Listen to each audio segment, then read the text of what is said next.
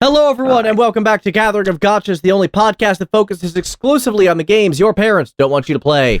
I'm Galen, the SoundGuy Firestone. I'm Ranakel. I'm Kite. I'm back. And yo, I'm Dez. How's it going, everybody? Are you welcome or back, are you Kite. back? Come on. Yep. It's a really complicated reason why I had to lay low for a bit. Yep, sickly stuff. You make it sound like you've been pursued by the mafia. Yeah, it's complicated. I've had to lay low for a while. Blend with the crowds. Fair, Oh, very yeah, fair. like a local hitman. Just kidding. I said On a blending in scale, the but crowd. acceptable too. Yeah. Well, hope you guys miss me. Of course we Of course did. we did. Welcome back. Because I got some little bit of parting gifts here. Well, not really parting gifts, but welcome back gifts. But we'll just talk about it later. What's going on with Final Fantasy Brave Exvius? Because we've got some pretty small stuff to talk about. I like how you say small. We finally got Gabranth after all this time. Yeah, it's been like 3 years in the making or something. So, You have to I have a question. Hmm? Because this I was have not... an answer. So the name of the unit is Gabranth Neovision. Is this a separate Gabranth from the original Gabranth? This isn't the NVA? This isn't the NVA. Gabranth this has is no the- NVA. This is a new Gabranth. We still don't have the original Gabranth. Mm-hmm. Sure. And probably never will. So all variations of Neovision base units will all have the Neovision naming on their unit name. So it's no longer the really complicated long ones, except for the legacy versions. Wait, wasn't some like Akstar had a different name? Well, yeah, he got a different name for Yeah, this one. So that's not Since a this is the trend real- yet, I don't think. This is the real Axstar that we're talking about, but he's an Yeah. exception. But Right. he's still not called Akstar Neovision. Mm-hmm.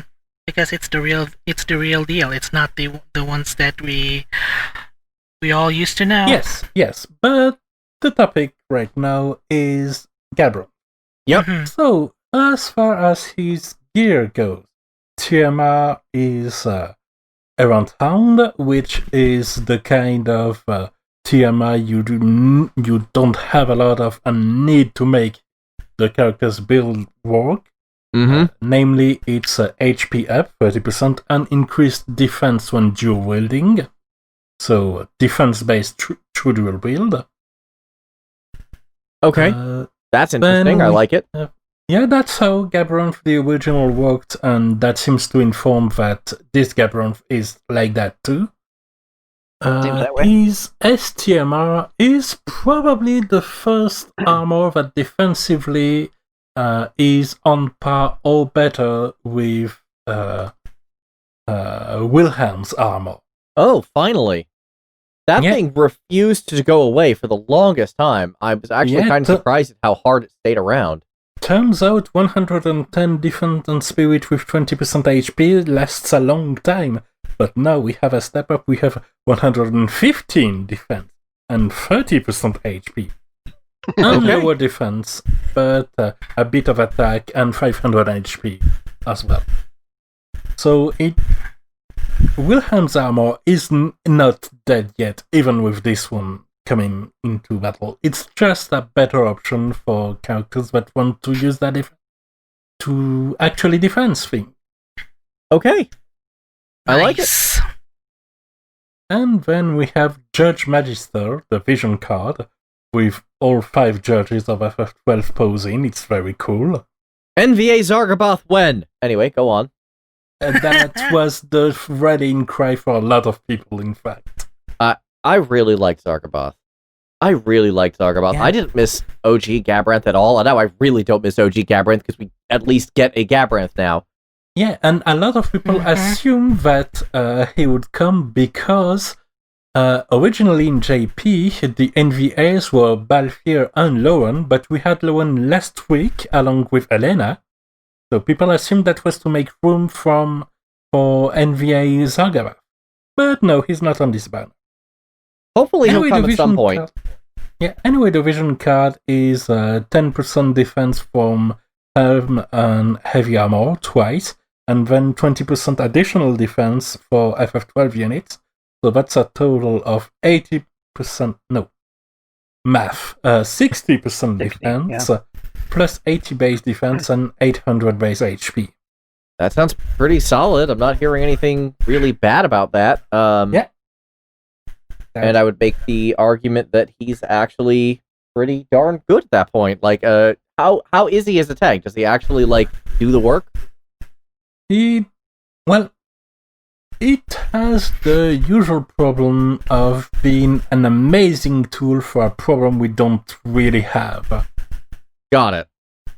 Which is that he is probably the best physical tank non-evade in the game. But because everyone course, uses evade for physical and runs magic tanks, that's not really the most helpful thing.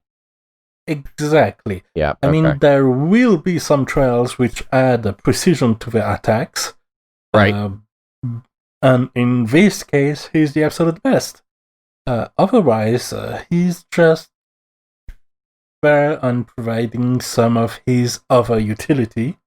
So unless you're a weirdo like me who always got more out of actually having a meat shield just from a personal satisfaction standpoint, he's probably not going to do you a whole lot of good.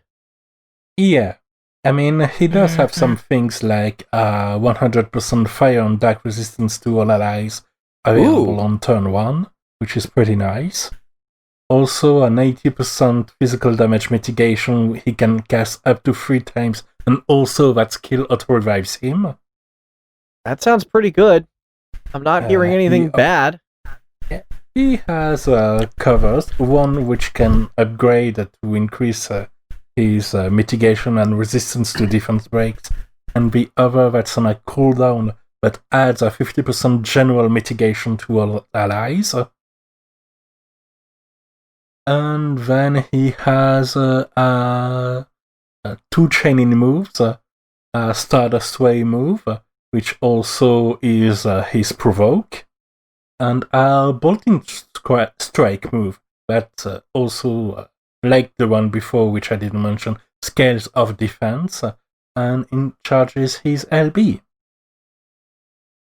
The LB being a damage on a weird chain, which also puts 50% mitigation on all allies. Seems pretty good so far. Yeah, he's pretty much what we'd nice. expect a support tank to do. Right. He does it pretty damn well. Also for the break bar bosses, he has the ability to deal increased break gauge damage with swords. And then he brave shifts, in which he is more focused on his defense scaling damage, with several skills of, again, both Bolting Strike and Stardust Ray chains. Can even self-imbue with Dark. And at this point, he can provide support chains in a more sustained manner. Okay. In these turns where you don't need to go full beef. Also, he has the triple cast and an LB that does big damage. And self-mitigates for 80% for 2 turns. Which is amazing if you just want to use him as a provoke, because his provoke skill is still there in his brave shifted form. And it still does, I assume, the damage, yes, that's the same damage. skill. Yeah.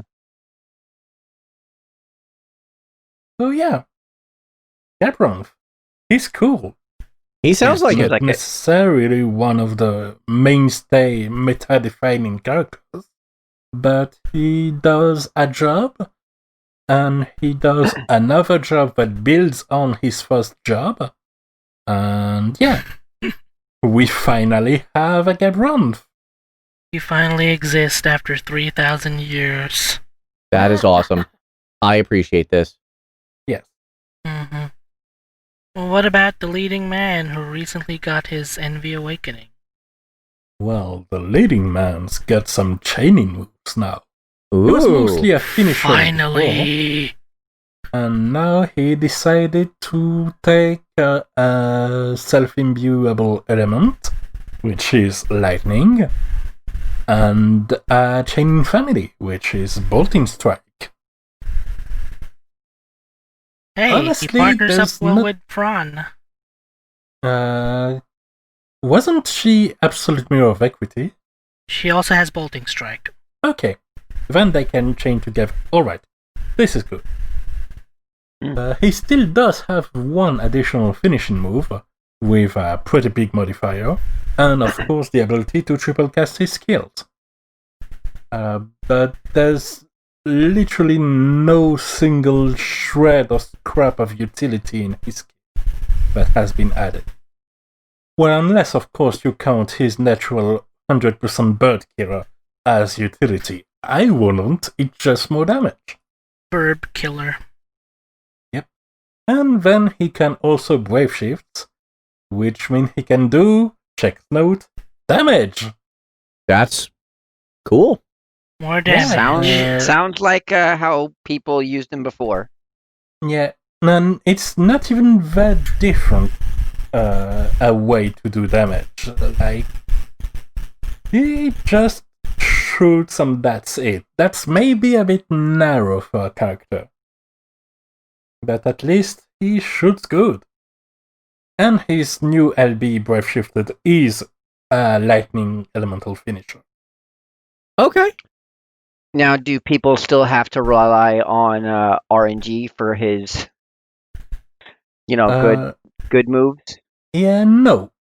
There's no RNG elements in any of his new moves. It's solely focused on lightning now. However, If you're going his to rapid rely... shot, which is the RNG move, well, one of them, the one on cooldown, got some modifier buff, which applies to each of these shots. And let's not forget the rapid fire he has, which is for the battles that includes break gauges. Yeah, it can be useful, even though useful. His weapon selection is not necessarily the best, but it's serviceable. It's serviceable as long as there's at least one equipment that he can use for the advantage. So Balthier is there if you want shooty man to go bang. Yep. Then we have Ray of Hope Larsa, which is a 5-star base, 7-star maximum unit, and not the greatest one. We've never gotten Redus, aka Judge Zach, have we? Nope, we haven't. Nope. Instead, Just we have another dummy rich content. kid. Tiara's pretty interesting, though. Like, it's not super good, but it fills a niche that not a lot of things fill, and I like that. It's 50% MP bonus on materia, and a counter which recover 50 MP to all allies. So that's interesting for, say, an evade tank you want to put it on and have them be a bit of an MP support. Okay. And his STMR is a dagger with a lot of defense and some spirit, and mostly there to be used as a piece of equipment for Gabranth, honestly. Yeah. Enables dual wield. Yeah, also, in case your unit doesn't have it. It's basically a more support-oriented Bowie knife. Yeah, but I mean, that's on brand for FF12. Everyone had 2 weapons in that game, it seemed like. Fair. And Ninja Blades were just so good. In any case, Way of Hope Larsa just channel his power as a witch kid. He's got his high potions, ether, remedies, even the mega elixir on cooldown. All as skill, of course, not actual items you can use. Yep. Though he does have, I believe... no, actually, he doesn't have a passive that lets him use items in AoE. Interesting. Well, okay then. Yep. Saves a lot of trouble for those no items. But he's basically a subpar support with some healer capabilities in fixed numbers without any stat dependency. That's a lot of potions. That was how he worked in the original version of FF12, in fact, because you couldn't Exactly. control his gambits, he would just throw items all the time, and it was actually really interesting. Made him much more useful than you'd think to have around. I actually really like those brief parts of the game where he was on the team for exactly at the that point reason. he comes in the game, he is the best hero by far. Mm-hmm. It's really hilarious. And to give you an idea how much they're leaning on it, his LB, which also does fixed HP healing on top of some barrier and MP refreshes, is called the Special Potion Dance. I mean, let's be honest, when it comes to Larsa, he had two things that people actually knew about him. One, he crushed on Pinello really hard, and two, items. Since they can't really monetize the crushing on Pinello part, I don't blame them for going for the items. Yep. That checks out. So, yeah, that's it for the new units coming up. Yep. And well, wait, we got did the come out. FF12 raid as well. Yeah, it's just a raid. Yep. Next, we did have some community messages regarding something we've discussed last week, which is the Pug Farm. Okay. The boss that had the really hard to break gauge. Right. And apparently there was enough feedback that we've got a message saying that they did what I assumed they were doing, which was to test the waters for other sources of bugs on top of the main fight. Okay. And in exchange making the fight harder. But then they took the feedback into account. So, nothing concrete as to what that will lead to just yet, but at least we know where they stand Yeah, now. they're acknowledging it. They're like, okay, this didn't quite work. We'll try something different next time. They have been doing that lately. And Yeah, they have informed us of that, too. Yeah. Yeah, you can't fault them for trying new things. Like, Yeah. Exactly. Not They've gotta everything do new is something going to to keep the land. game That's fresh. just the way of the world. I honestly kind of like it. Then again, I didn't pull any Yoshikiri, and only one Elena I didn't really go hard on just yet, so maybe that's because I don't have a lot of need, but I don't have a lot of want. But yeah, it's good. They're listening, and at the latest, we'll see what this leads to in spring 2021. When the design contest units will come out. Oh, right. Since they're all NV. Okay. Looking forward to it. And then one last bit we didn't quite mention last time, but that I very much welcome. And things I welcome and embrace regarding Dark Visions are rare enough to warrant a little bit of discussion. And it's just that Dark Vision is currently still going on. It's 2 weeks now, not 1 week. Oh. I hope it will stay that way. It just lets you take things much more at your pace. Yeah, that's not rushing the player is something that I've really come to appreciate thanks to Arknights. So, Yeah. And this way you can set up a pace like 1 week every 2 days, or just still rush everything on the last day, but at least you've had more days to mentally prepare for the big scramble. yeah, that's like me and my freaking research papers back in college. That was me and my entire scholarity. Yeah, I can't really blame you for that. That was pretty much me too. Yeah. not gonna lie. Okay. Likewise. Well, that's Except pretty it's much it like- for the FFBE news. Kind of a quiet week. I like it. Besides the fact that we, of course, got the long awaited Gabranth for at least one version of it. I'm okay with that. We got the character. We had no need mechanically of the original Gabranth. We actually have the person now. Exactly. Fine. I'm okay with this. Yeah, other This is Gabranth can fine. stay gone. Zargaboth forever. Ve Victus. Oh yeah, and one other thing regarding Dark Visions. that Sato in chat does point out is that,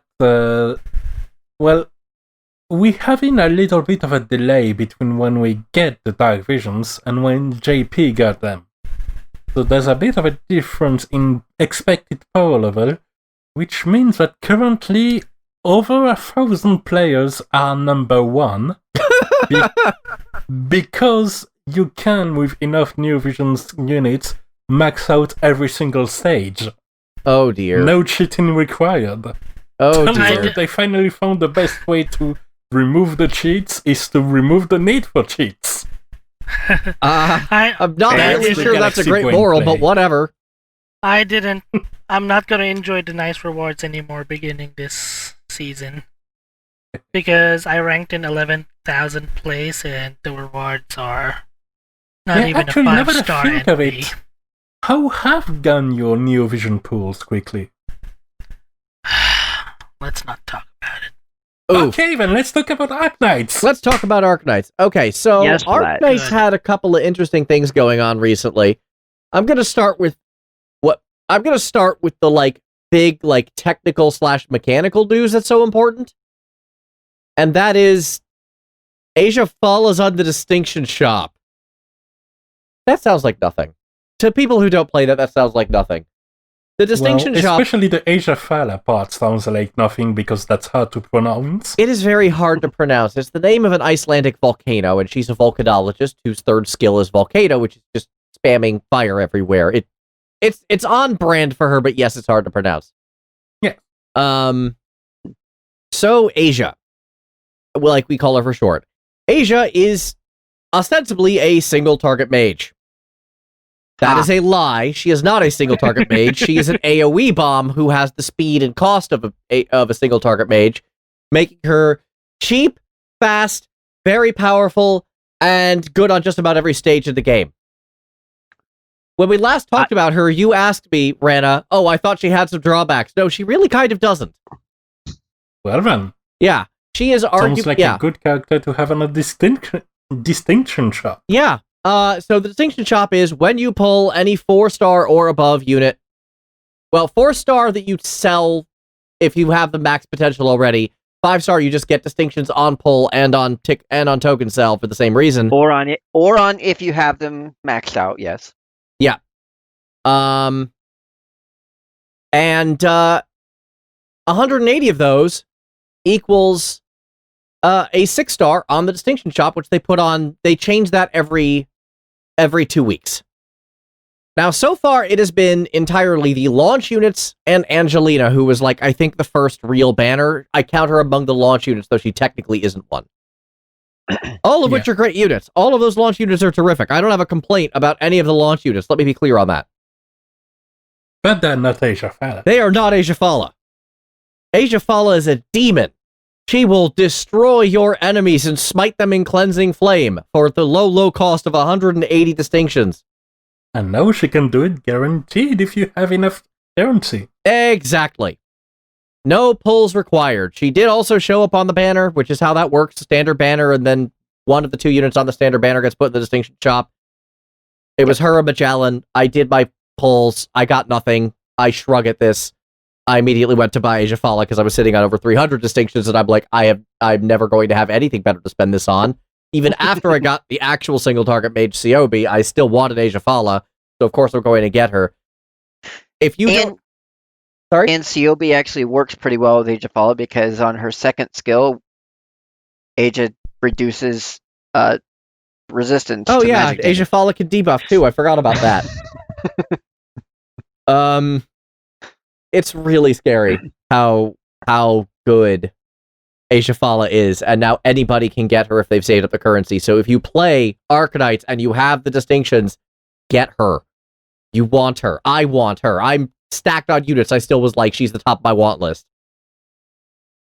Very fair. So, anyway, now that little bit of data is out of the way, we also had the Children of Ursus event, and that event really kind of turned the corner for me on the story of this game. Without getting too much into spoiler territory, this does everything that the game basically never did before. And that is, It actually was a really, really good story. Like, really good. Normally, the story is kind of, I don't want to say perfunctory, but it's definitely janky in Arknights. It either goes on for way too long and overstays its welcome. It usually goes on for way too long, I'll say. It usually goes on for way too long. There's been... And naturally, that's what I assume when I saw that you stream for the story event. Took a while. Yeah. Well, like yes, 3 hours, the story right? did take a while, but also the stages were very challenging, but that's neither here nor there. The story was actually, like, deep and mature and didn't overload itself with to-be-continued nonsense, which is the thing that I absolutely despise about Arknight's story. You mean it's also self-contained and has closure? It's self-contained, it has closure, it has incredible character development. It made me feel for these characters for the first time. I basically never felt for these characters before. I've never had a need to feel for these characters before. I like them, I like their backstories, I like the way they are, but I never had any real empathy. Sorry, I just imagined if this was this level of story, except the protagonist was the chief from Penguin Logistics, and that just made me laugh. Don't remind me of Code of Brawl. Code of Brawl was a textbook example of everything wrong with Arknight's story. It was a convoluted mess that led nowhere, that overstayed its welcome to a spectacular degree, and in the end accomplished nothing, because the actual apparent target of this whole thing didn't even get taken out during that event. They got taken out as an afterthought by Lapland later. Like, this was so pointless. Children of Ursus, on the other hand, was, as I said, it was mature. It actually dealt with, like, real issues and showing, like, the serious PTSD. Basically, this is the story of 5 survivors of what I can only describe as a concentration camp. Yeah. That's definitely the kind of a setup that planted feet firmly on the ground. Yeah. And it really, like, kind of shined a very bright light on, like, their various issues. Like, all of them are dealing with some measure of PTSD, which is completely understandable. Yes. Zima is dealing with nightmares and aggression issues. Gummy is a neurotic mess, putting on a bright and cheerful face as a coping mechanism. Estina is trying very hard to logically figure out what all went wrong during this incredibly traumatic time. Rosa, the new 6-star, is suicidally depressed and is just turning the corner on that. Like, it is a mess. It's a mess in the right ways. Like, it should be a mess. Yes. Like, you have high school students essentially rounded up and given no food, no supervision, and in the middle of a terrorist attack. It's awful. The depths they have to go to just to survive. And it really works on a level that Arknight's story literally never has, not in the main story, not in the side stories. Prior to this, my favorite side story event was actually the summer event, the Obsidian Festival, entirely because it was self-contained side story fluff and didn't drown you in nonsense. I'm glad that we have other entries now than Valkyria Chronicles in the genre of, do you like anime? Good. Now let's talk about concentration camps.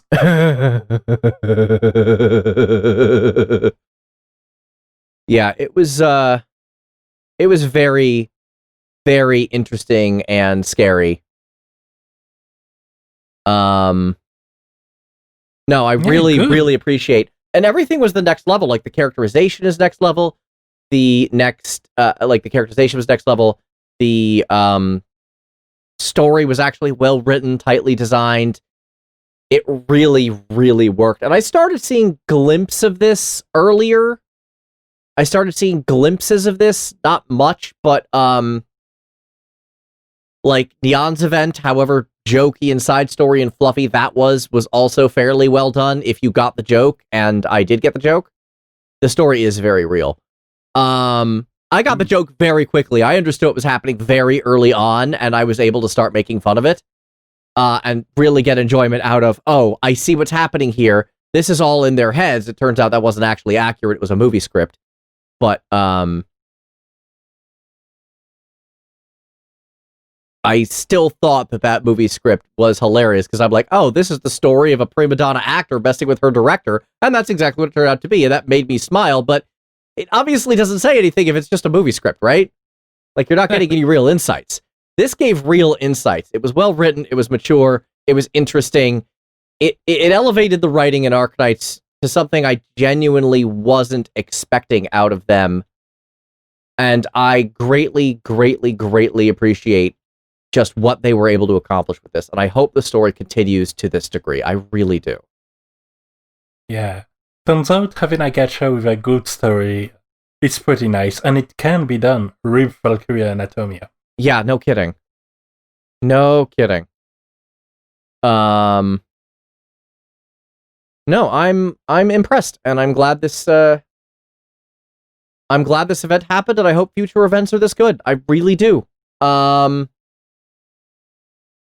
Also, just as an aside, real quick, yeah. Rosa's a beast. Like, I knew she was good. I didn't realize she was this good. I don't even have her fully leveled yet, and she's already like my third highest raw attack character in the game. I'm like, all right, well, she's just awesome. Just throwing that out there. Anyway, that is about that for Arknights, I think. Okay, so let's move on to World Divisions then. All right. Should be a pretty quick section. Pretty simple week with two things of note. One is that Fenrir is there. Fenrir! As a vision card / summon, of course. The vision card itself is increased HP on the wearer and resist magic attack on the party. So more of a defensive vision card. Okay. While the Esper, according to how it kind of works in FFXII, is mostly centered on hybrid characters.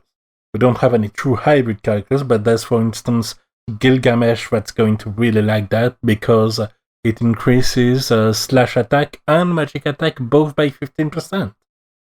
Yeah, that sounds pretty acceptable. Yeah. And has decent stat all around.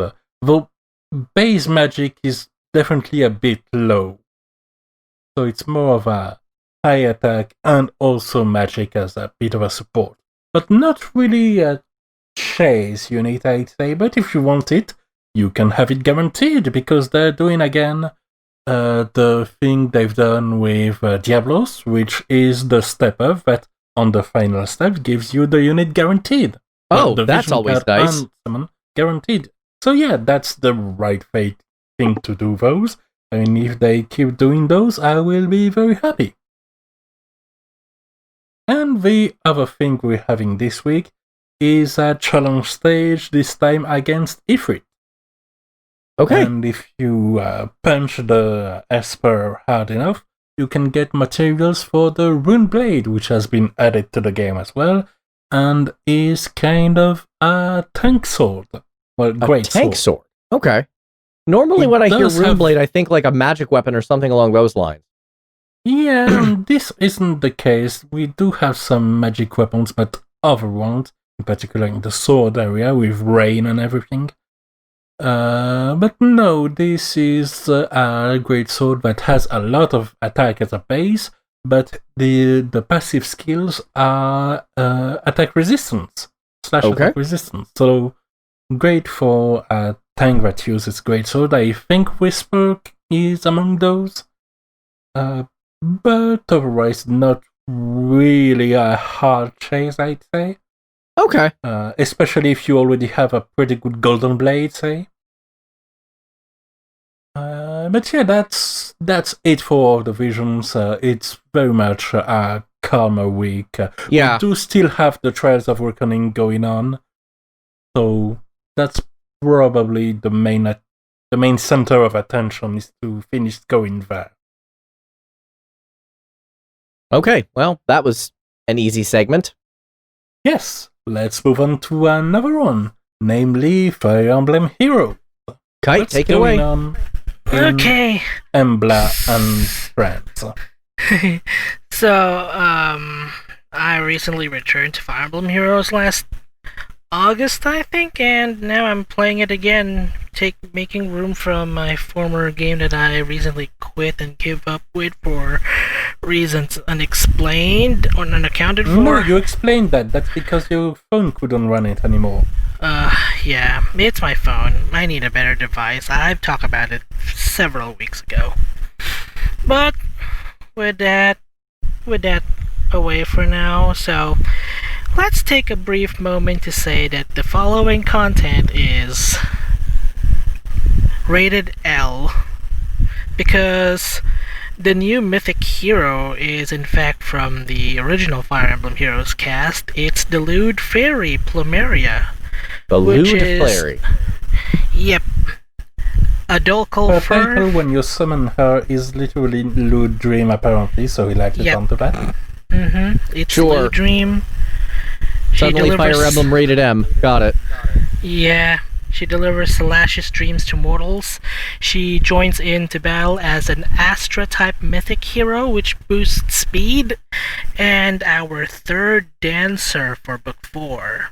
Ooh. So- Astra Dancer, Elemental interesting. now has its savior for Astra Assault, Aether Raids. Just to clarify, her movement type is flying as well since she's a fairy, right? Flying Okay, flying dancer, pretty good. Flying Red Tome. And Yeah. apart from the other fairies, this one has a resistance-based attack res buff to allies within 5 rows and 3 columns centered on unit whenever they're in battle, which is called Flower of Plenty. And her alternate dancing ability is called Sweet Dream, which gives a attack, defense, speed resistance by 3 to the target ally and debuffs -4 to those stats on the nearest foes within 4 spaces of the target. Oh, that's pretty cool. She has an Remind me incredibly story-wise, she's the main villain of the book 4, right? one of the main villains. The Okay. other is Triandra. Until the real antagonist came, which is Freya. Of course. Mhm. There has to be a real antagonist at some point. Yep, so spoilers includes with the latest story chapter, which tells of Plumeria's fate, and now she got the way where Thrassir was released last year. So she's gone. She became a mythic hero later on the same month, and she has a really high attack resistance, so she can handle herself really well against green tomes or even red tomes as well. But not as good as tomes that gives effective damage against flyers, and of course bows. Her speed and defense stats are incredibly poor, so expect that she'll get doubled every time, and with her lowest defense at base, which is 16 defense, unless you're going to do the weapon triangle stuff, trying to tank her, don't do it. So, her revival Short version is keep what her I'm the hearing. heck away from enemies and just use her as a buff bot, is what I'm understanding that to mean. But because of her very high resistance from her weapon herself, she can tank magic attacks really easily, as long as it's on the advantage. The only disadvantage is that she cannot double the enemy herself because of her very low speed. So you need a passive seal like Quick Riposte, which allows her to do a follow-up attack if an enemy tries to initiate combat. She can double that way as long as she's on the proper HP threshold. So, she's going to be the savior for Astra Assault Aether Raids beginning the next couple of seasons.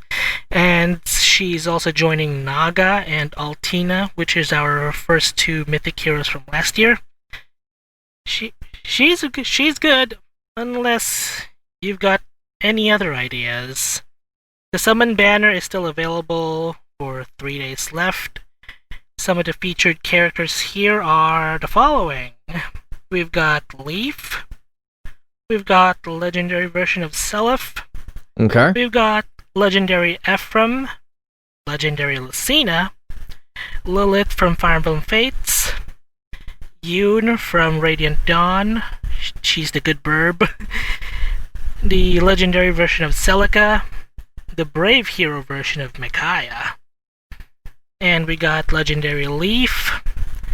And Duma, our Anima Mythic Hero. And Julian from the past 2 chapters of the game. I'm incredibly lucky. Free summon, 24 orbs. I got everybody on the red collar stones. Plumeria, which, okay. Let's just say it's complicated, but I really wanted Leaf and Seliph. But I got all 3 of them. I'm content. I'm happy. All right. Seems good. It is better than last year with Thrasier. The appearance rate went by 12.50% and not a single 5-star. Yikes. Oof. And let's see here what we got here. So the voting gauntlet is still ongoing for Ponytails versus Pigtails. Okay, So- how not relevant could that possibly be? But okay. It's about the characters who has pigtails and ponytails, which is better. Well, My response is, what the heck does that have to do with anything in the military? well, it's not just about that way, I guess, because some of the voting gauntlets here are themed based. So it's not just about hairdos or lifestyles. The last voting gauntlet is actually the ones where the brave 3 houses characters are pitting against fallen versions of other characters like Celica, Tiki, you name him.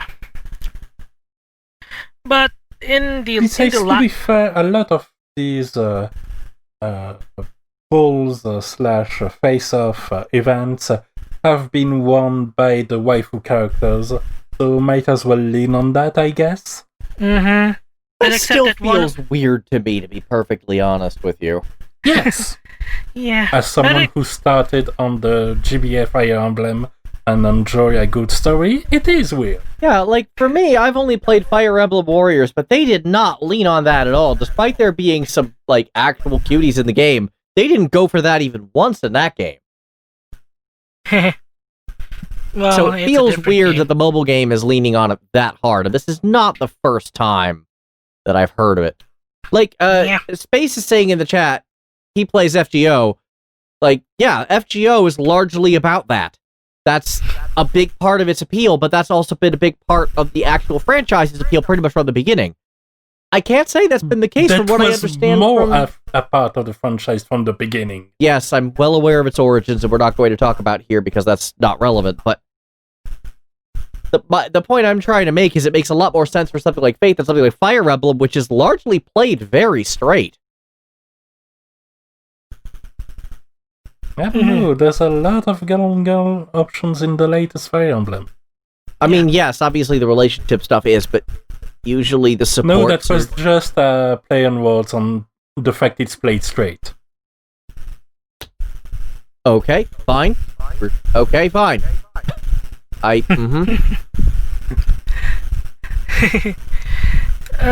So I was saying, Yep. One of them is actually a guy in the competition, and he's actually pitting against Hilda from 3 Houses. Of course, you know I him. assume it's Takumi. Nope, it's Duma. Okay. So it's Duma versus Hilda on one side, and on the other side is the female version of Chris from New Mystery of the Emblem, and the female Robin from Awakening. Okay. So whoever wins within the next 24 hours will be pitting against the finals this coming Monday. So we're gonna probably by the time this episode releases. And we're gonna have the winner within the middle of this week. Well, I'm supporting Duma. Okay. He's waifu. I'm not going to argue your choice. I don't know who that person is. I don't really know who much of any of them are, except Robin, really. But hey, whatever your choice, have fun. Yep. It's all up, well, for those who play anyway, Galen. All you can think about is getting orbs. Orbs, hero feathers, sacred coins, the currencies you need to upgrade your equipment. These are some of the benefits of playing the Voting Gauntlet, which always happens around the end of the month and the beginning of the month. Whoever you're supporting, guys, good luck. Good luck. Please help Duma win. Because he's the best waifu here. He's the best waifu in Ponytails. And actually, one more thing. The tap battle event recently returns with an encore. Okay. So, the rhythm game. The rhythm game. Yep, the Dance Dance Revolution types. You know what? Except you gotta tap on those stuff. So they've decided to return their past tap battle events, and it's going to last for 20 days. It recently released just today. So unfortunately for Encore versions, you can no longer get dailies like orbs. But you can get accessories that you can wear for your characters. Except if you got duplicates, they are converted to hero feathers instead. So this is a great chance to catch up on those events that you may have missed, which I did. Okay. And one more last thing. We're supposed to have a Fae channel.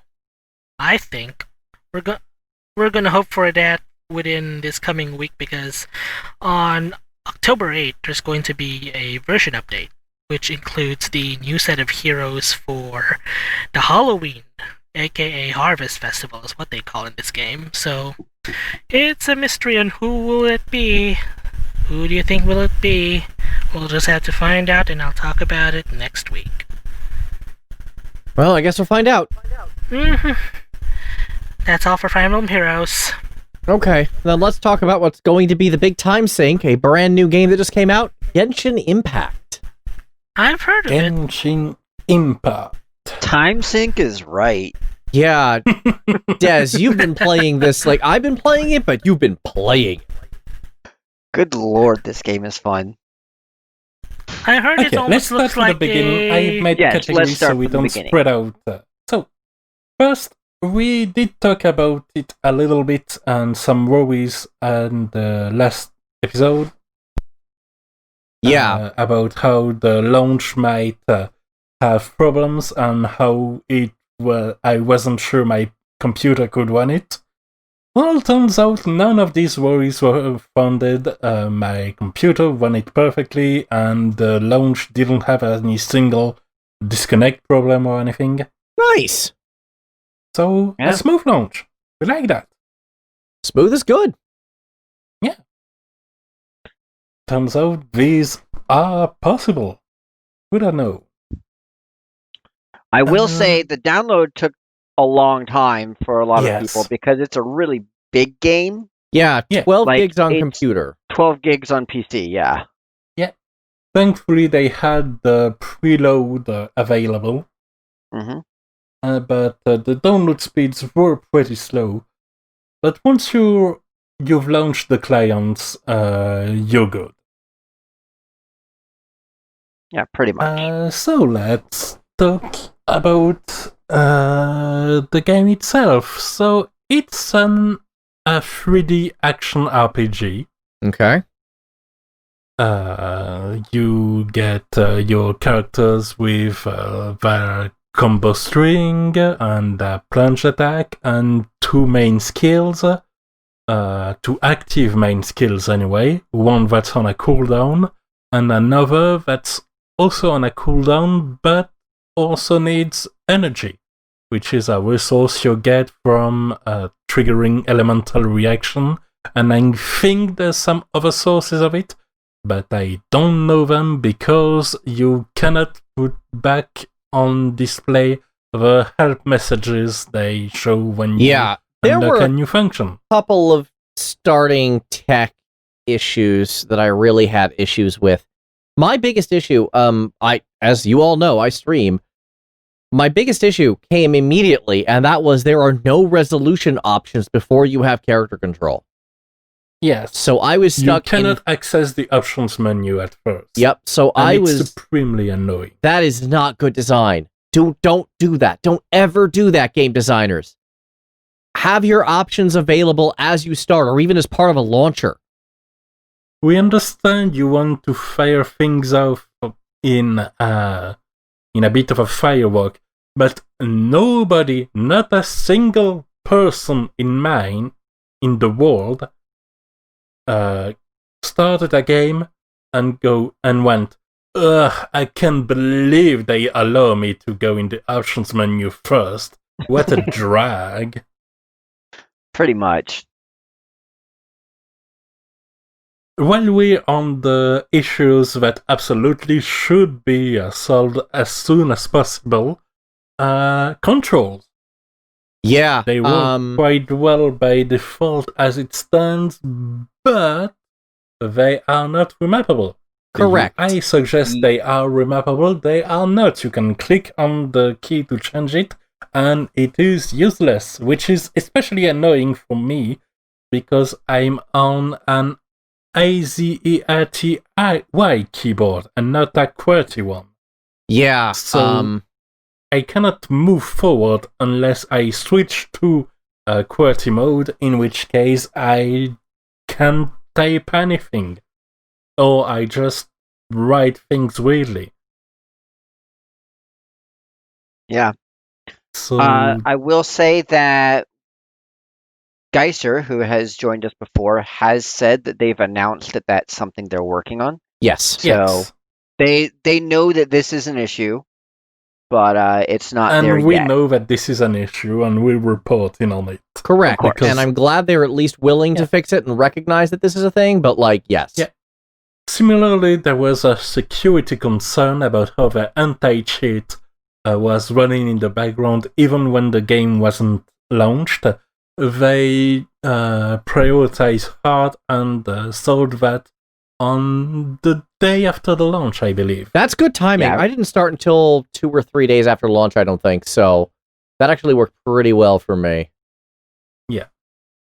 There are some other bits of issues, but that are best situated in other points of discussion. Point being, the game is not perfect by any means. It certainly has its issues. It's a new IP. Well, it does seem to be in the same remote extended universe as Honkai Impact, Versa Impact as well, but it certainly doesn't need anything known from this universe to enjoy this game fully. Yeah, having no experience whatsoever with those other ones, this is fine. This is I'm having a fine time and no problems following along. And if you consider it a new IP, then it is the single biggest new IP game launch for a Chinese game in the world, period. Makes me a little jealous on Arknights' behalf, but I'm also pretty happy with that, to be honest. Yeah, that was a big launch. There's a lot behind it, and it shows because the game, I can't believe we even didn't talk about it yet, but the game is pretty damn gorgeous. It is. The game is beautiful. It's basically the game I was hoping Breath of the Wild would be, which is funny because it rips off Breath of the Wild hard on a lot of parts. It really kind of does. There's no question about it. But if they rip games this way while enhancing on some of the fundamental problems Breath of the Wild had, I am very okay with it, because at this point it's not a ripoff, it's iteration, and it's great. Now, again, even for the graphical aspects... Shoot. What's up, Kite?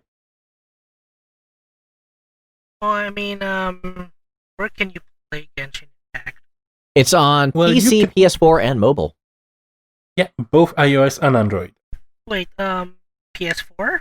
Yep. Yes, you can play it on PC, PS4. PS4, Switch too.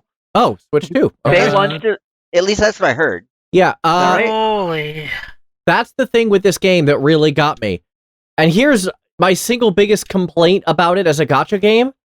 It barely counts as a gacha game because the gacha feels so tacked on and unnecessary. There's a very realistic version of this where you just play it as a JRPG Breath of the Wild mashup as a console game, and it plays just like that. I'd like to talk more in details about the gacha and everything around it at the end of this discussion point. Sure. Sure. If that's fine with you. Okay, so back to graphics just a little bit. One of the things that did not impress me, however, is that while the game's art style and everything is quite wonderful, the weather effects are pretty bare bones and forgettable. This does suffer from the comparison, and there are some things you can nitpick on, but overall that game is one that rewards you not just with shinies, for it does that plentifully, but also with some wonderful vistas. One of the favorite little side content I had was just getting on one of the highest, if not the highest point in the map, and taking in the view. Yeah, I can't complain about the graphics at all. Yeah, it's a really pretty game. Looking at the graphics myself, it almost looks like an MMORPG game. It does have elements of that as well. Yeah. And quite frankly, given that you can do pretty much all of the open world content in co-op up to 4 players, it can play this way too. I haven't tried that yet, mostly because I haven't unlocked co-op yet. I'm not playing as hard as some of y'all. Yeah. You'll get there. And the way the co-op works in the open world is that basically you have the host, and you normally when you're playing solo, you can switch between 4 characters on the fly. When you play in co-op, each of the 2 of you, if you're 2 players, can switch between 2 characters. If you're 3 players, the host can switch between 2, and the 2 of us have 1 character locked in. And 4 player, each one has 1 character and no switching. Okay. Not switching on the fly, but you can change which character you have if you're not in combat. If you're not in combat, yes. And also they're working on 8 players content. So that's going to even increase. It's almost like a full party raid. Yeah, I was about to say, I was doing 8-man content earlier today. That sounds familiar. Exactly. Almost reminds me when the time we used to play Lumia Saga with Elytra. Yeah, I have a real love-hate relationship with that game. That was the game that I can directly credit with me getting into FF14. It kind of got me back in Maple Story. Oh, those days. Regarding the story, it's serviceable. The characters can be endearing for some, annoying for others. Yep. Cough, cough, Paimon, cough. Oh boy, Paimon. I hate Paimon. See, I have no issue with Paimon, but... Sounds like a name of a Digimon. Much like Ryusuke from... Not Ryusuke? Sorry, Yusuke, not Ryusuke, just Yusuke, from Persona 5 was the first character that Matt Mercer's performance couldn't save for me. They were that reprehensible. Much like that, this was the first time that the game. This was the first time that Erica Lindbeck has completely failed to endear me to a character, completely and utterly. Erica Lindbeck? Paimon is Erica Lindbeck. What? She sounds drunk all the time. The character that is. That's very possibly correct. She voiced Paimon? Mm-hmm. I have to listen to this. It's not great. It's not great. I'm definitely going to. I'm hearing too much. If I ever I'm hearing too much Celica and Futaba already. In Erica Lindbeck, I gotta listen to this eventually. I'm definitely going to see if I start another game on another server, because while you are bound on account, you have access to American server, European server, Chinese mainland server, Asian server, or Hong Kong, Taiwan, and another sub-area server. Basically, you have 4 options, and you can have essentially separate progression on all of these ones. Interesting.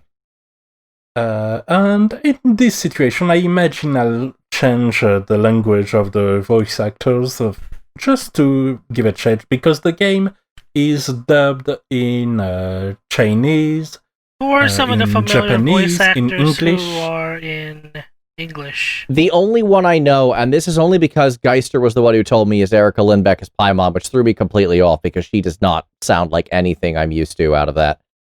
Oh. With that said, however, the other one that I kind of heard, I'm fairly certain Lisa is played by Laura Post, but that's just my own. That's just my own like ears, and I cannot claim accuracy on that. That's just what I think I'm hearing. That's all I got. To when they'll reveal this. According to Geister here, there's only a cast list for the Japanese vocal actors. Others are kept hidden for now. So unfortunately, that's the best I got for you. I see. Now let's talk about one of the main strong point of the game, which is exploration. Yes. Explorations. Boy, does it nice. This map is it does. textured. It is fun to get around in. There's a lot of traversal options I really like. It's really scratching that old like Tomb Raider itch.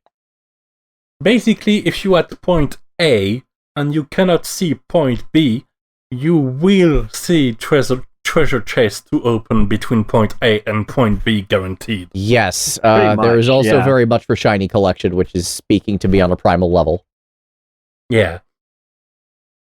And you get experience for finding those treasures, so they're useful to find.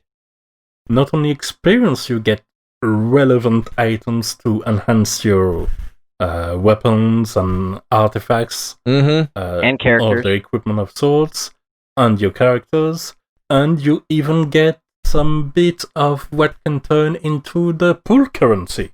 Yep. And you get adventure XP, which is your rank progression, and a lot of features are locked behind this rank progression. Mm-hmm. Also, the world level is locked behind that. I haven't figured out. I haven't figured out world level yet. Like, I haven't gotten to a point where I have a world level up, so I'm not sure what that is. What is world level? Well, that is that once you reach certain ranks, either directly when you reach that rank or after you do a trial, the world level up. So that level 1 enemy you found at the start is now level 11, say. Oh. And overall, the world gets a little bit harder, but gives more rewards. In particular, some higher tier of awakening and enhancement materials are pretty much locked to having enemies of a certain level. I'm having flashbacks to Final Fantasy VIII, actually, because that also, I mean, not to the same degree, but that had scaling enemy difficulty. Yep, they do. Which gave some problems towards the end, because there were some enemies that at max level were just ridiculously powerful. The final dungeon? The same here. Do you mean the final dungeon, Galen? No, I mean the Ruby Dragons is what I mean. Those were the worst at level 100. Level 99, they were fine. Level 100, they were awful. But that's not really the case here, because, as I've said, some materials, including awakening materials for your characters and weapons, need you to fight harder versions of the monsters. Yes. So it's more that you're accompanied and that the world throughout stays somewhat relevant. You still can find some of the weaker packs you can one-shot with some of your characters or skills. But overall, you're having a fight even if you have level 50 characters going around.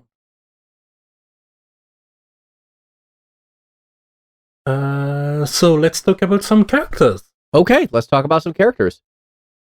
And there are a fair amount to cover. I believe there's 24, 28 characters you can pull from. They exist in 4 or 5 star rarities. Right now, what we're going to cover is what I call the freebie squad, which is the main character, the 3 characters you get early as part of the story, and after you get the 4th one, the world opens up, and one which is a guaranteed result from the beginner's pool. So, let's start with the main character. They are wind elemental at first. Their main gimmick is that eventually, as regions open up and you explore those other regions, you can have other active skills as part of your kit. As things change this way. But at the start, you are wind elemental, which is a pretty solid kit. So you are sword user, so quick slashes, a charge attack that is mostly irrelevant unless you patently train not to use your normal combo finisher. Right. It's just 2 quick slashes that hit hard and knock the enemies back. As for the active skill, the one on cooldown lets you charge up this ball of wind. It deals damage to enemies while you charge up, and when you release, it knocks them back and does a fair amount of damage. And go ahead. Yes? Sorry, I don't want to interrupt. Go ahead. Okay. So then the other main skill, the energy skill, is a tornado. You fire it in a straight line. It sucks up any light enough enemies in the way. They're kept in the air and they take continuous damage. What's very important to use the main character at the best of their ability is to understand how wind works. In this game, that is. Wind is basically a damage sponge and sprayer. Say you have a camp of hillitchers, which are these small angry goblin things. Right. And they are just chilling around a campfire. You could just hit them with your sword. But say you're close enough to the campfire and you're using your ball of wind. The wind starts catching on fire and spreading the fire everywhere and does a lot more damage, and they're all screaming, and it's great. It's wonderful, yes. Yes. Basically, you want to use wind in conjunction with other elements, and there's a visual representation of that too. A fire tornado looks like a fire tornado, and it's great for that. Mm-hmm. Anything you wanted to add to the main character's kit, Des? No, basically, I was just going to say that what you said, that the elemental interaction exactly. is key. Yeah. That wind basically spreads other elements and makes them more powerful. Exactly. One last thing regarding the main character is that their progression is a little bit different, because all other characters, even the freebies you get, you can pull. Right. And if you pull them, you get a special resource for your duplicates, which you can use on a tiny talent tree called a constellation, which grants interesting passives. This is actually the exact same system that is in Arknights 1-for-1. I immediately was like, this is the potential system, 100%. I've managed... The system is pretty much the same. The bonuses that it gives are pretty cool. They're nice. Definitely be... They're nice. They're not required in... They're not required in dupes are in War of the Visions, let's say. Yeah, no. Yeah, but for instance, there are some that are just essentially stat buffs, a lot of them are kind of modifiers of the playstyle. For instance, the main character, one of her constellation talent, is that when you charge up the ball of wind, it starts sucking up the enemies in. This way you're hitting even more of them when you release. And the way the main character works is that you cannot pull for them. Instead, you get the dupe items from some shops that take special currency, or through some side quest or main quest progression, or through adventurer rank progression, and you get them this way alternately. Yep, which genuinely makes the main character very, very strong and versatile. There's a reason the main character is considered a 5-star base. Yep. And mine is probably one of my most straightforward damage dealer, because spreading a lot of fire does a lot of damage. Yeah. Speaking of fire, let's talk about Amber, shall I we? love Amber. I adore Amber. Amber is basically my main, which is hilarious. No. She is a fire bowman. She is a fire archer. Yeah. Which means that when you charge up the ranged attack, which you can aim manually with the mouse and everything. Yes, I believe mouse aim is a thing in this game. Yeah, and you can just shoot a fire arrow. And if you shoot it on grass, the grass catches on fire. Mm-hmm. If somebody works on that grass, that somebody catches on fire. Elements. And then you can spread that fire with the wind. I was about to say exactly that, yes. So yeah, fire good. Fire good. She's zippy, That she's being fast, said- she's got a nice little I'm a distraction button, which is wonderful. Yeah, she comes with her own tank. Mm-hmm. Which is great she for a has- ranged unit that has to take time to charge up the attacks.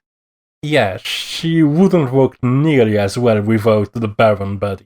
The description says that this is permanently named Baron Bunny the 798th because she stopped counting at 798th, and that's because it's a plushy version of her in kind of a bunny costume that waves around and after a while explodes violently. Yep.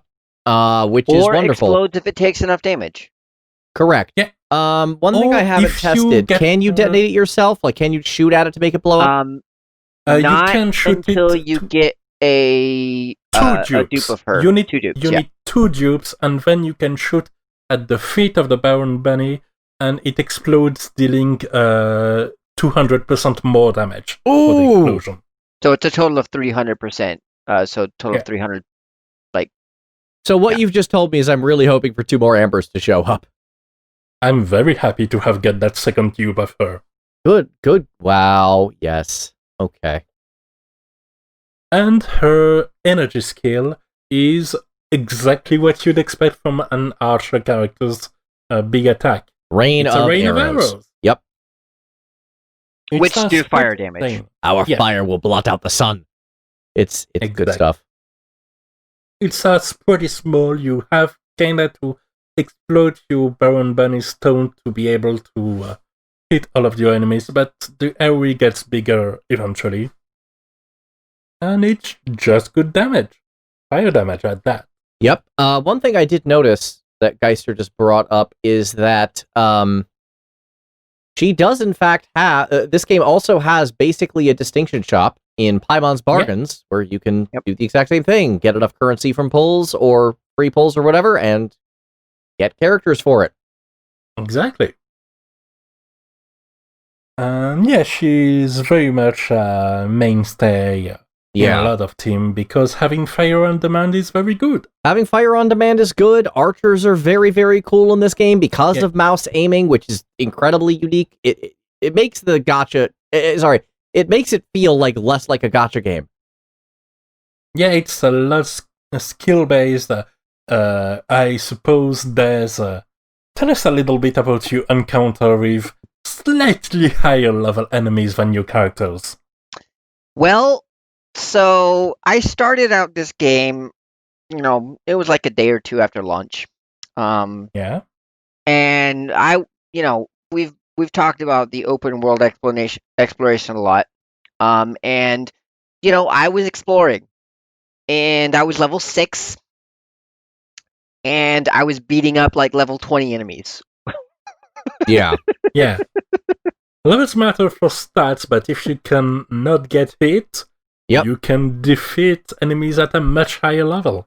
Yeah, pretty much. And it's like it takes a lot longer to do that, obviously.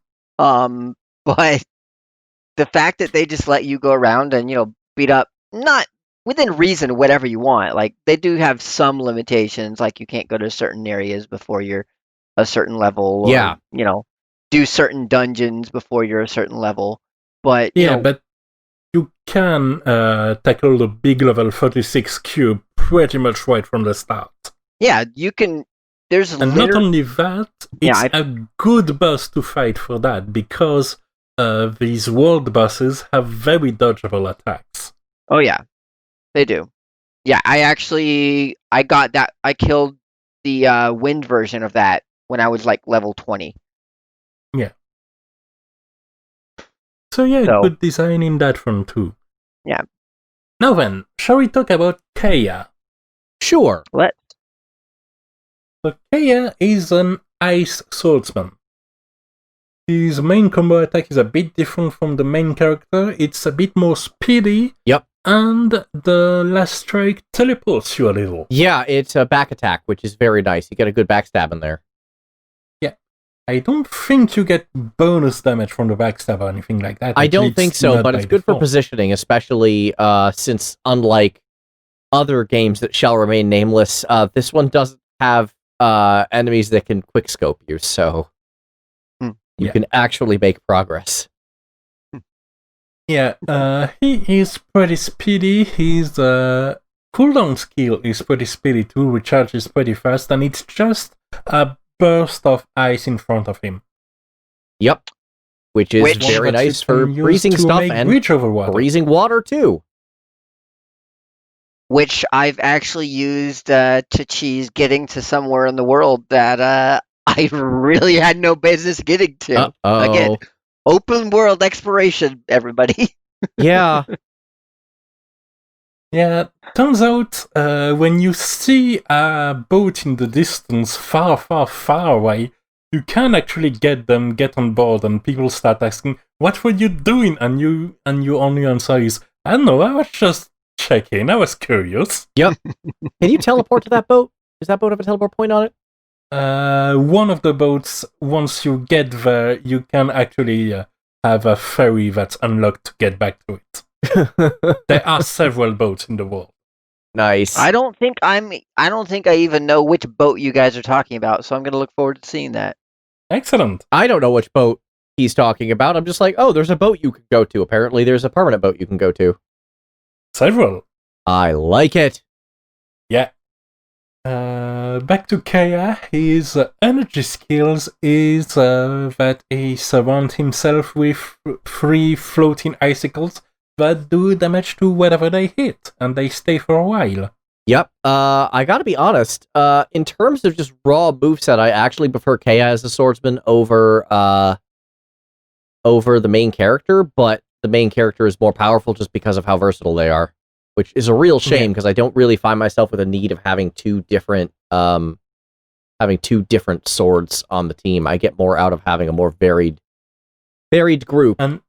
And another thing that's testament to the fact that the playstyles are diverse, but not necessarily on different power levels, I actually have an opposite opinion on that, and don't really like Kaya's the way the move flow, the teleport kind of throws me off a little.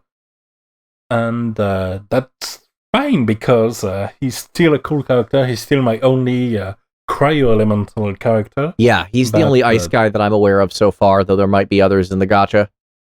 Yeah, there are others in the gacha. Oh, okay then. Mm-hmm. I haven't done too much with the gachas. The vast majority of what I got from the gachas are characters who I ended up are dupes of characters who ended up being free characters anyway. So unfortunately, I have exactly one person, a water swordsman, I'm overloaded on swords, who's like unique at the moment.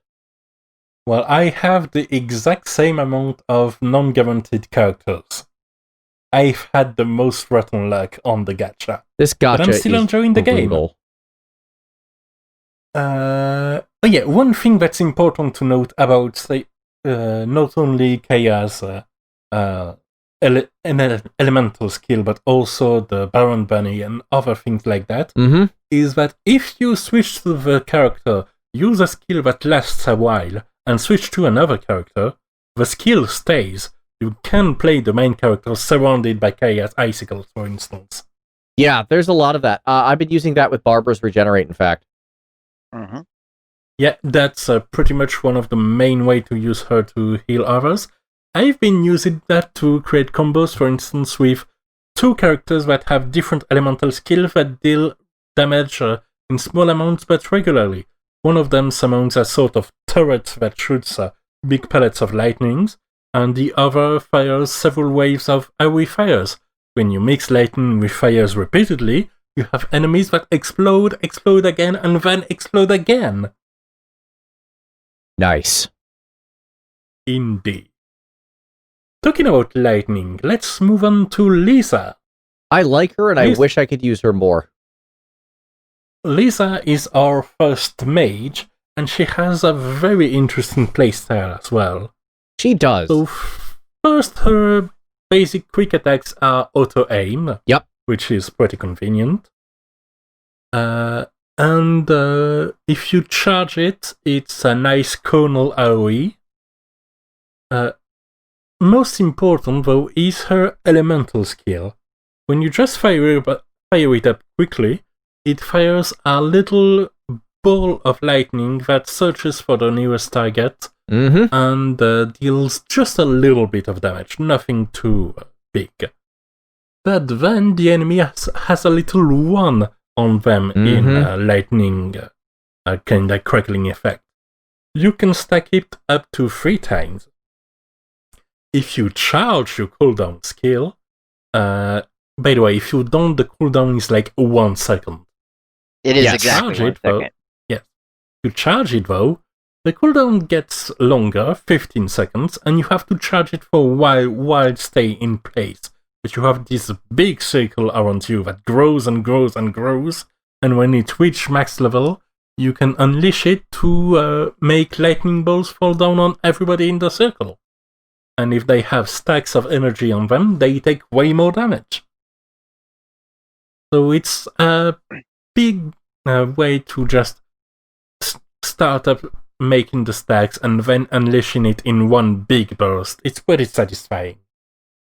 Also, I actually utilize the fact that her cooldown skill is so low in cooldown to give her. Well, I had this weapon on her, but it's not on her now. But I have a weapon that basically gives extra attack after they use that skill.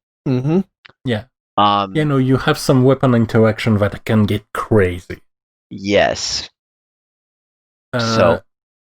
And interestingly, once you awaken her, so once she gets past level 20, her charge conal attack also adds discharge in stacks, meaning that you can stack back up even when the elemental skill is on cooldown, because when it's on the long cooldown, you cannot fire the little balls. And then you have her elemental skill, which unleashes a lantern that stays in place and pulses with lightning damage that pushes the enemy back. And it's great because the problem with her charge attack, which is her biggest source of damage, is that while you charge it, you are a sitting duck. You are much more comfortable being a sitting duck when you're inside you can't play with me zone. That also does a lot of damage. Yeah, especially if you place it so the enemy is pushed back against a wall and never gets out of the AoE. So that's your main cast, but as we said, there is a beginner banner in which your 10 pools costs 8 currency instead of 10. So it's a pretty nice deal in itself. And you get a guaranteed unit, which is Noelle. And Noelle is a bit of a utility monster of sort. Yeah. She is the maid with a great sword. Or a great club. Or a great club, exactly. Called the Debate Club, because that's great to win debates. Yep. And first, a great sword have this particular effect that they hit enemies harder. This sounds dumb said like that, but some enemies have stone shields, either just an aura around them or literal stone shields, but you need either F elemental effects or a greatsword to be able to break them efficiently. Or an explosion. Oh, an explosion, right. But on standalone, it's these two that are your best choice, and Noelle provides that.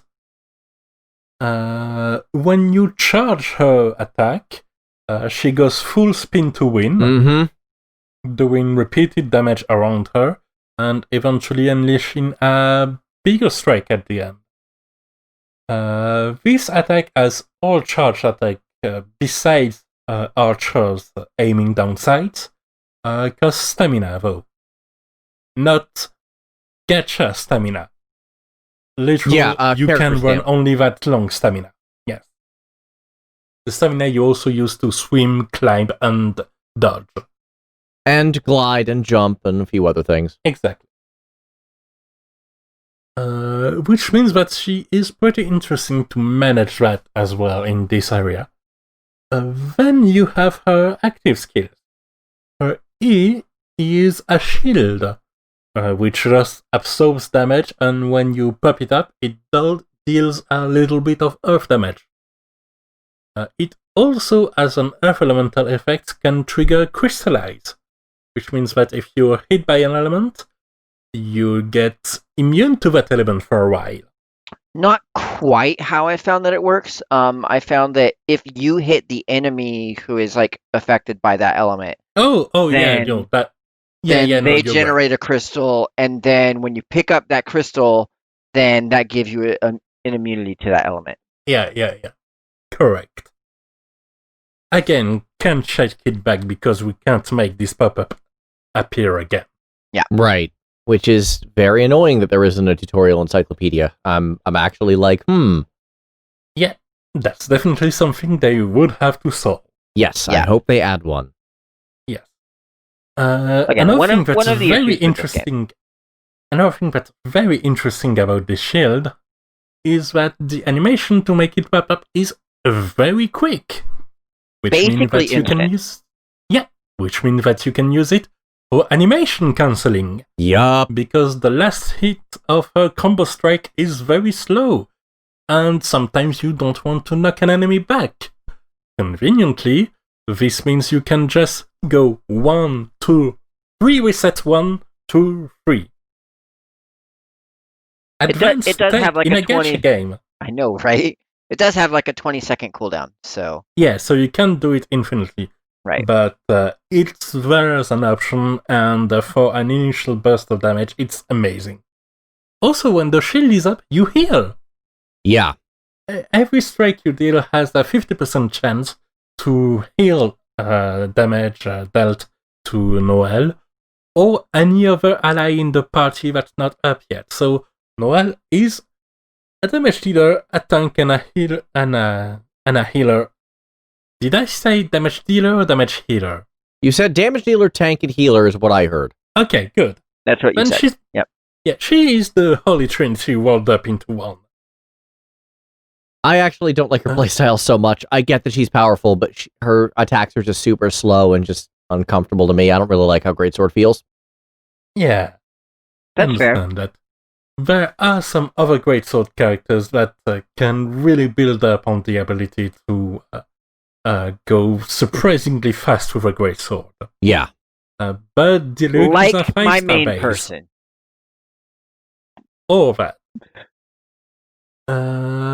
Oh yeah, and she also has an elemental skill, which is that all of her... she first unleashes a wide horizontal slash, so that sweeps nicely, and then for a while her swords deal more damage, and only earth elemental damage. And in a much higher range. Yes, you can then do the spin to win with a much higher range. Mm-hmm. This cleans up things. I believe it. As is befitting a maid. Yeah, okay. Yep.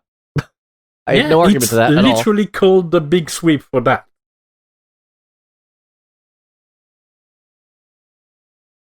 So yeah, that's the kinds of characters you have, and even though there are gacha where you can get other characters, with this cast, you're already set for having a pretty solid party. Yeah, you really are. Like, you can do... They give you these characters, and you can already do, to my knowledge, any of the puzzles in the game. Yeah.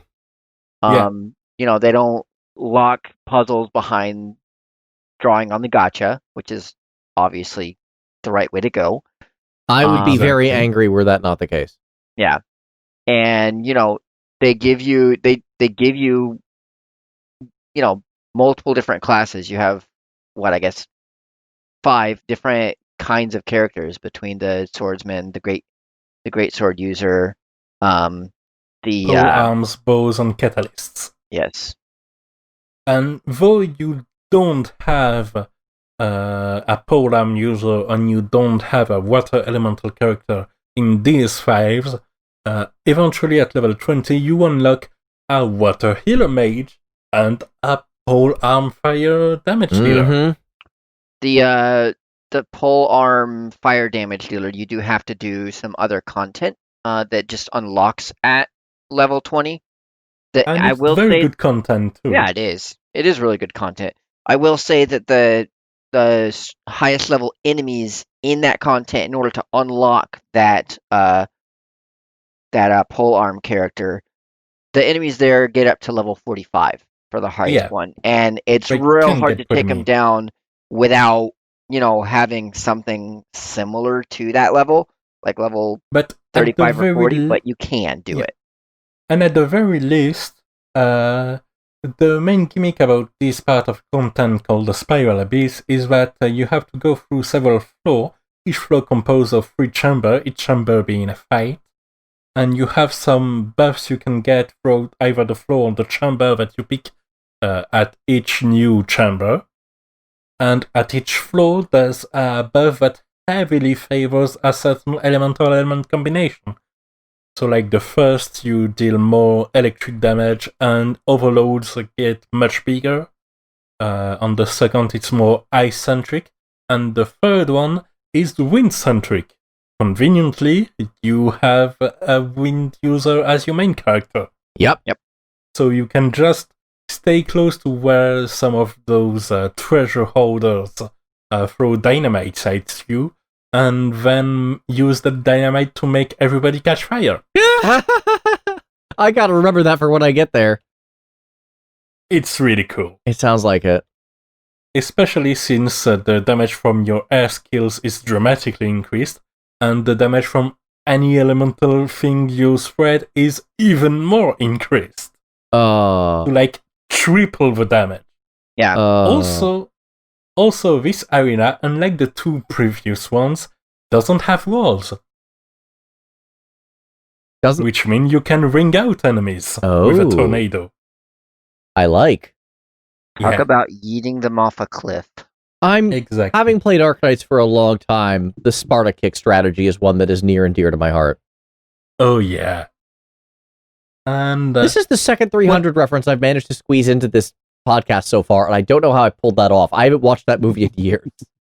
Damn, I missed the first one. So yeah, overall the progression of the game is a lot freeform at first.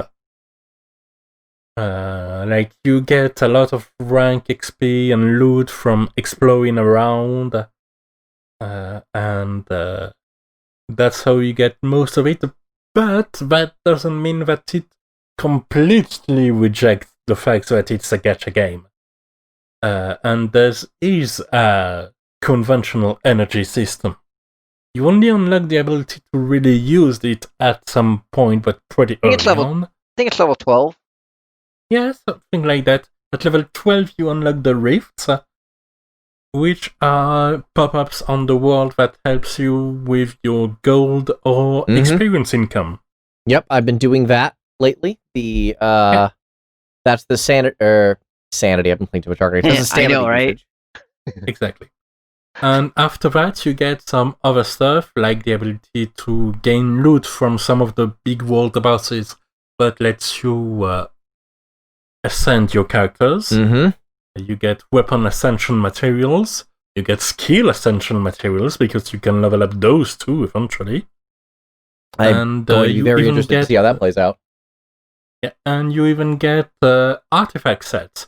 Oh yeah, by the way, artifacts are things you can equip. There are 5 essentially armor pieces, except instead of the conventional chest, head, pants, it's a flower, goblet, timepiece, and they're all part of specific item sets. Mm-hmm. You can even search by item set, and you get bonus for having 2 of them or 4 of them in general, and these bonuses are significant.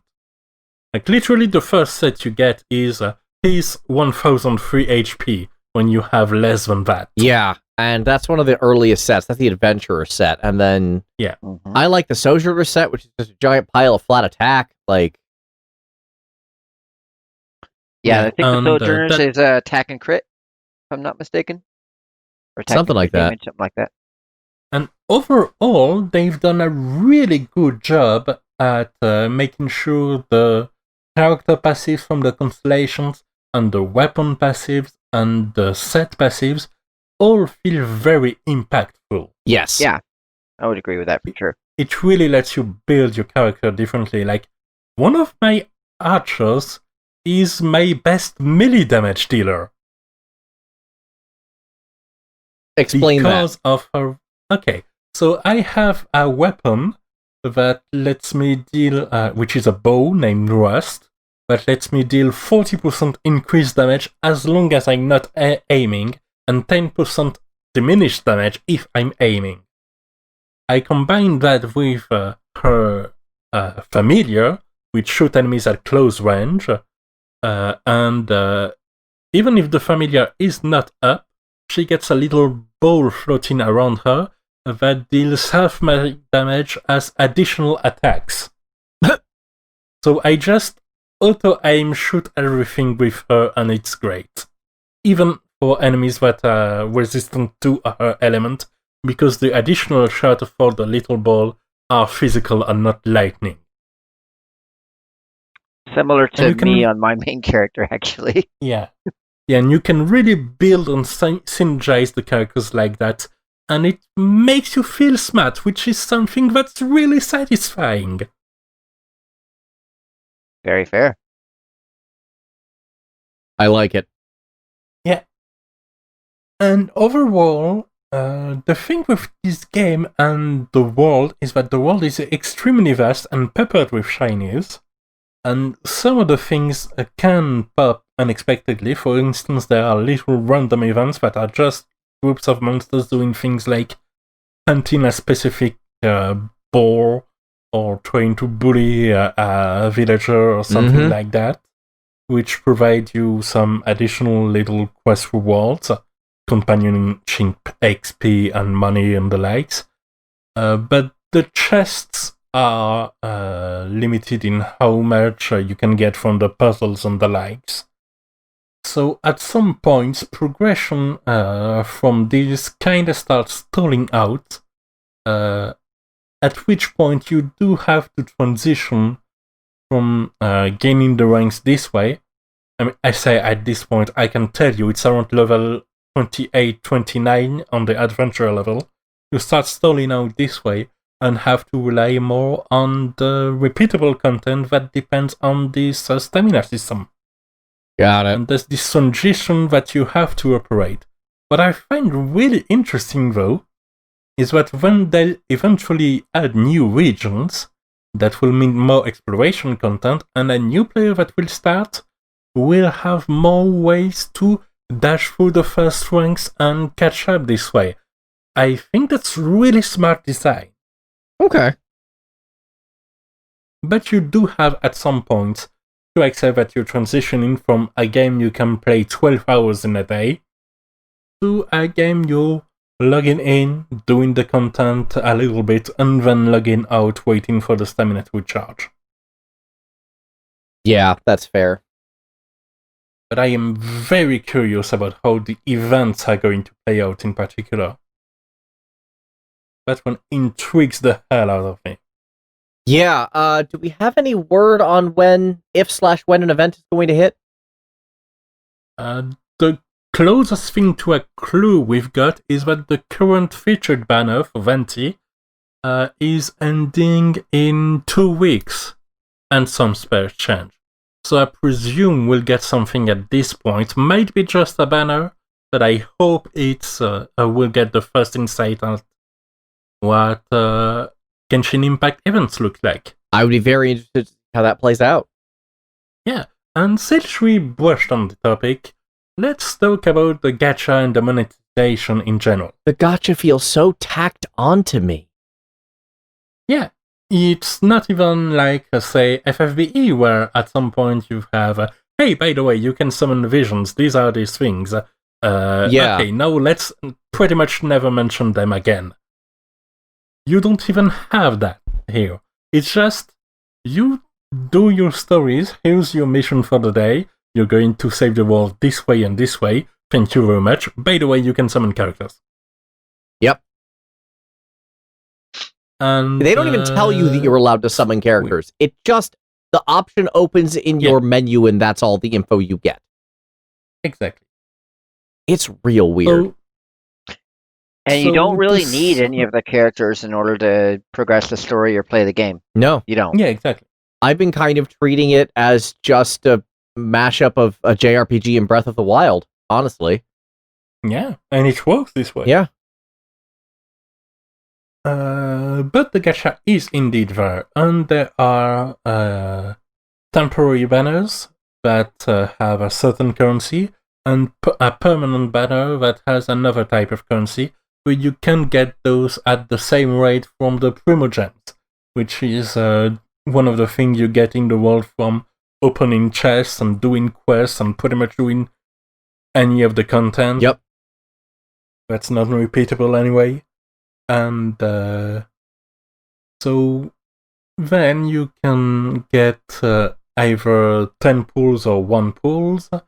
Every 10 pool you get a 4-star guaranteed. Otherwise it's mostly gonna be 3 stars because the rates are pretty damn low. The rates are awful. They really are. Your 5-star rewards are at a 0.6% chance. Mm-hmm. And your 4-star are, I think, at 5%. It's real bad. And then they have the problem where you get a mixed bag of weapons and characters. Exactly. Since, well, first there are no 3-star characters, so any 3-star you're getting a weapon. Mm-hmm. And on the 4 and 5-star, there is indeed a mix of weapons and characters. And the weapons can be good, but it doesn't have this fancy flair that characters have, let's be honest. I'd rather have a whole new moveset, sets of animation, dubbing, and so on, than just a weapon with a nice passive and a nice visual effect. Even though it is indeed a pretty nice visual effect on my spear. Yeah.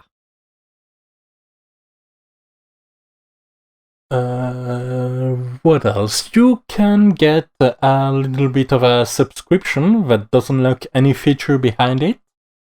It's just you can pay $5 a month, or a little more in euros, and from that you get 90 Primogem, essentially half a pool, per day, and 300 of the special gem premium currency that you can either convert into Primogems immediately, or use to buy bundles. So right now the only 2 bundles are for money and character experience and weapon experience, resources you can actually farm in the game. Yeah, I'm basically drowning in all of that right now, so. Yeah. I'm keeping, just to be safe, the premium gems on me, not convert them, just in case they make bundles that are interesting. But, yeah, so far I really have... I mean, I'm almost puzzled by how hard it seems to be to spend that currency. At the moment, yeah. Yeah. And then there's another thing that's unlocked at Adventurer level 20, which is a Battle Pass. So the Battle Pass works pretty standardly for Battle Passes. You get 2 tracks, one you get for free, and one you unlocked when you spend. It's a little bit expensive. I believe it's $10. Yeah. That's actually not that bad for a Battle Pass. Yeah, the price is pretty decent, and from that you get a lot of money, XP, farmable resources, but in pretty hefty quantities, some summon currency, and an exclusive weapon. Yep. Oh yeah, and some skill enhancement materials as well on the premium track, which you can farm for by spending stamina. Overall, I don't feel required to spend to get the premium track. But it's nice that I don't feel pressured, especially since there are also no way to gain more XP if you are on the premium track, so you can just take it at your pace, do your daily and weekly missions to get your battle pass points, and then wait until you feel it's worth it at the end, which should be in 40 days as time of recording. So that actually begs a question, because I've actually never bought a battle pass before. I don't play a whole lot of shooters, so this is just not something I'm used to dealing with. Yeah. Can you rebuy it once you've completed it? That's question 1. No, it's just a track, and once you're at the end of it, you're at the end of it. Okay, so once you complete it, it's just done. Yeah. I assume there's a refresh period, and then you get the next season's the next battle pass, so to speak. Yeah, it's gonna be like a 40. At this point, it's a 40-day for the battle pass. Okay. But and then there's going to be a new one, I imagine. Yeah, I would assume so as well. Okay.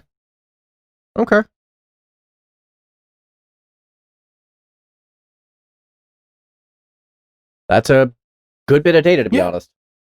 Yeah, and that's pretty much the options you have for spending money in the game. You can also get some gem bundles.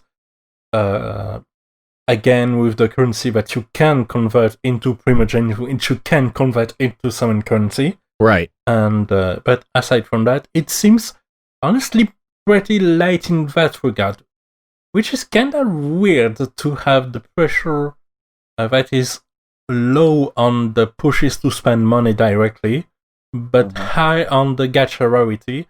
But at the same time, the game is fun, even if you don't have the shiniest units. Yeah. To the point where I would, again, argue that pulling is almost entirely unnecessary and just there for shiny units. Because, well, yes, the units are powerful, they don't give you anything. I could absolutely see this game being speedrun with, say, go all the way to the first big boss and find routing to get the most adventurer XP in the smallest amount of time, and just no pull, use the characters you are guaranteed. I can see that happening. That could be interesting. Rye says Rye said in the chat, it's more for unlocking new gameplay styles more than anything. Yeah, exactly. Exactly. Like, if you include Barbara and the Spearman Xiangling, you end up, the Lancer, I should say, I shouldn't use the word Spearman, you end up with basically a full, complete party. So... Yeah. You have all the elements except Dendro right now, because we have 7 elements that are in the lore of the game, but only 6 of them are on characters you can actually pull for. Yep. But I'm sure we'll get the 7th element eventually. Oh yeah, no doubt. But yeah, that's Genshin Impact. That's Genshin Impact, and... It's a good video game that happens to be a gacha. I completely agree. And with that, that is all the time we have for this evening. Thank you guys so much for tuning in. We will be back next week with more of the games you love to hate. Have a good one, y'all. See ya! See you later. Have a good one, everyone. Play video games. See you next time.